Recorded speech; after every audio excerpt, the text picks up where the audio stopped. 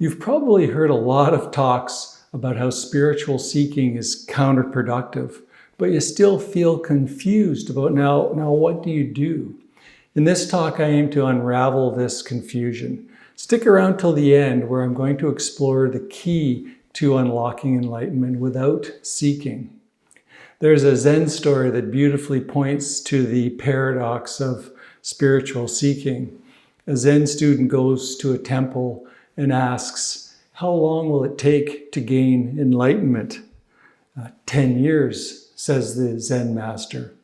Well, how about if I strive and try really hard and double my effort? The student asks. 20 years, comes the reply. We often believe that enlightenment is a destination, a goal that we can reach, that promises perpetual wisdom and everlasting happiness. I too once held this belief, only to discover it was a major hindrance or obstacle to actual awakening. I discovered that the more I chased enlightenment, the more it eluded me. Throughout our lives, we chase many things. We chase wealth, we chase fame, relationships, social validation, status. And we only find that we get some kind of temporary satisfaction from this. And then it fades and we return to this sense of unease and discontentment. Eventually, after we've exhausted all this, we might turn to meditation or enlightenment, viewing this as possible the path to our ultimate happiness. But this just becomes another elusive desire, another trap.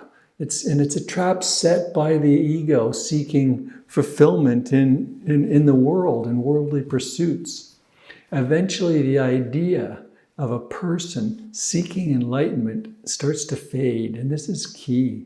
It starts to reveal this illusion of a separate self that can attain enlightenment. What remains after this is an impulse for enlightenment, but it comes from wholeness, not from the egoic self. It's an aspiration for awakening that stems from, you could say, spirit itself. This is an impulse of consciousness to become self-aware. So it's not driven by any sense of personal improvement. I studied under so many different teachers, studied texts like you wouldn't believe, explored many different methods, but I really felt like I was getting nowhere. My approach was heavily intellectual. And whenever my spiritual experiences contradicted my intellectual understanding, I would switch teachers. I would even switch traditions in search of a more profound or enduring experiences.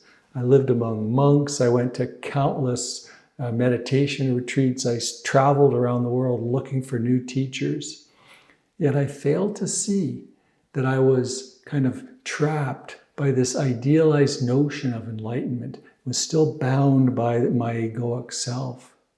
I pursued spiritual practices in hopes of finding happiness through acquiring spiritual experiences. And this pattern of seeking fulfillment in this way is common. Even though we might know about this tendency, it's natural for it to persist anyway. We keep trying, seeking, even though we know it doesn't work. Remember that trying not to seek is also just another form of seeking. So it's another trap. So what do we do? Transformative realizations may occur over time, but the ego often jumps in, grasps the feeling of achievement.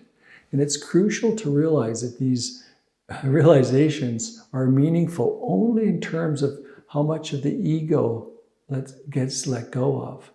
The paradox lies in the fact that within the concept of the self, there's an inherent sense of insufficiency that leads to a continuous seeking for betterment. Often triggered by events like a midlife crisis or some kind of trauma, the self starts seeking spiritual stuff. And this can become the ultimate desire for the ego. And that's neither good or bad, it's just what's unfolding. Trying to eliminate seeking or denying that it's there is just another form of self-delusion. So we can't switch off the seeking. So again, what do we do? The inherent seeking energy cannot be eliminated, right? That's just more seeking. But it can be harnessed and redirected. Suffering arises from the belief that the present moment is inadequate, leading to this constant seeking to improve future moments. The seeking mindset perpetually seeks fulfillment and happiness elsewhere, outside ourselves, ignoring what's already present within. To shift this wanting energy, we can redirect it towards realizing the impermanence and ultimately unsatisfying nature of having more and more experiences. When we deeply understand these pursuits are not fulfilling in the long term, the sense of self starts to face a dilemma.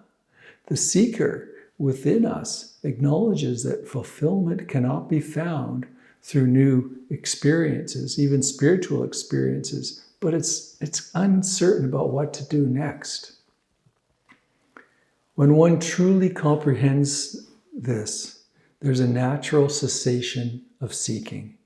The energy of seeking really has nowhere to go, so it naturally dissipates. When we stop clinging to illusions, the seeking energy can be directed towards true awakening. Let me repeat this in different words. We do not stop seeking. Instead, we stop chasing illusions. So my advice here is to not actively seek truth, but rather to let go of illusions. The Buddha expressed a similar sentiment, encouraging us to release our fixed views instead of persistently seeking truth. When the egoic energy subsides, a natural stillness is just naturally seen. It's always there. And we realize the impermanence and unsatisfactoriness of what we were seeking. And this spiritual journey involves undoing the ego through relentless seeking and desire till it exhausts itself. And this exhaustion marks a threshold for true transformation.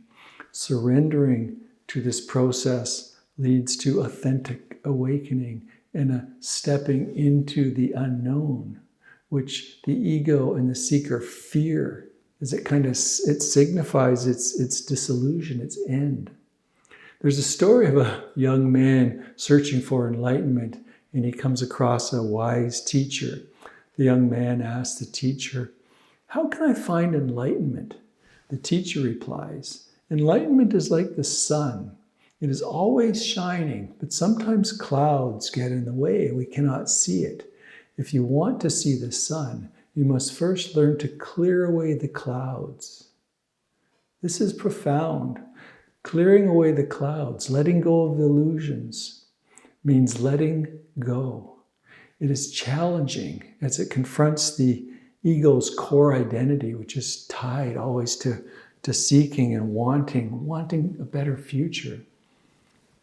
As Eckhart Tolle suggests, this process is akin to dying before physical death, shedding everything that isn't true to reveal our authentic essence.